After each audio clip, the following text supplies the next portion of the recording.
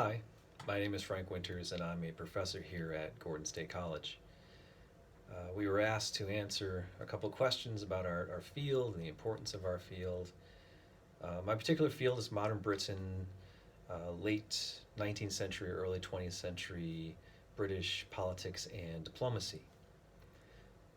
How did I get into that field? I suppose I was yet another wannabe Anglophile who was going to spend a good deal of time studying the Anglo American special relationship. That morphed into more origins of the First World War, spent a lot of time delving into the political lives and careers of men like Lord Salisbury, Lord Lansdowne, Arthur Balfour, all areas that are fairly well gone over by historians before me, and I'm sure historians who will come after me. The story is never completely told. The importance, what I learned after years of studying this particular field and specialty, I would say is that nations follow their own interests. When it comes to diplomatic arrangements and treaties, the treaties that last, the arrangements that have any sort of effect, is when both countries believe they got what they wanted. Both leaderships of those countries, the peoples of those countries perceive that they got the good end of the deal. Those last for as long as the leaders and the peoples of those countries still believe that to be the case. Otherwise, most of these arrangements, as always, are temporary, and every treaty has a loophole. The importance of my field. This is a question I think I want to broaden out just a little bit because I want to talk more broadly in terms of, I teach critical thinking.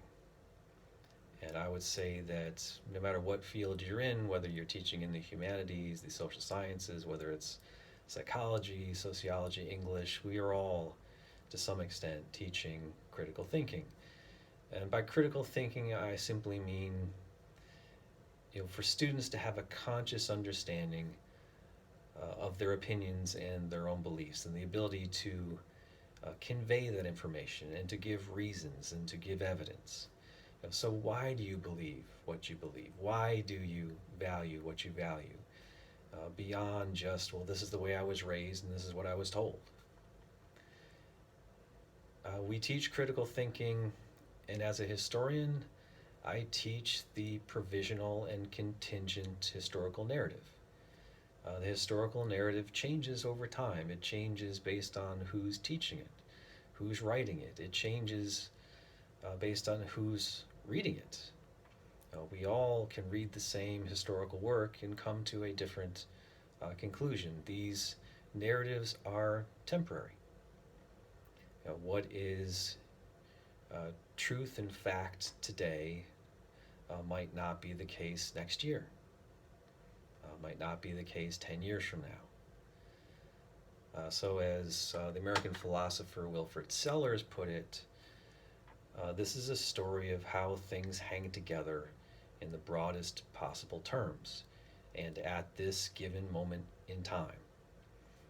So this is the truth of this event, and these are the facts of this event at this moment in time. And this is how it hangs together in the narrative the best right now. We are telling stories of who we are. That's the importance of, I think, the historical field in general, the historical discipline. This is the story of who we are, who we think we are, what makes us who we are, what we value, what we believe. And again, it's a story that changes over time. And it changes based on who is telling the story, who gets to tell the story.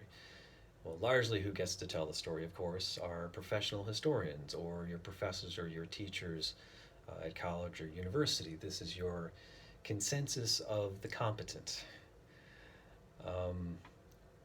What gives us that privilege, what gives us that right, is the system that we put in place. It's the credential that you have to get to be able to get one of these jobs. it still doesn't make it any less provisional, these stories that we tell. And it's the story that this group, community of the competent, community of professionals at any given time decides this is the truth. And this is the story and how it hangs together best right now.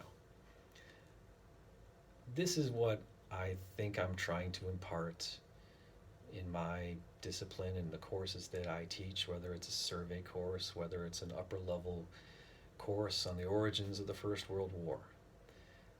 This is what I want students always to have in the back of their minds, is this provisional contingent narrative. It's enlightening. It's also, I would think, a little bit frightening. And it's also a story of how powerful history really is, because it is that story of who we are and that story that we tell ourselves. And the fact that we can and often tell those stories that we want to hear. We tell the story in the way that we want to hear it. The story of ourselves that we want to be true. And it's difficult to distinguish that from any sort of objective truth. So I think that answers the questions I was asked. It probably also answers questions I was not asked. But hopefully that's also under the 10 minutes. But I thank you for listening.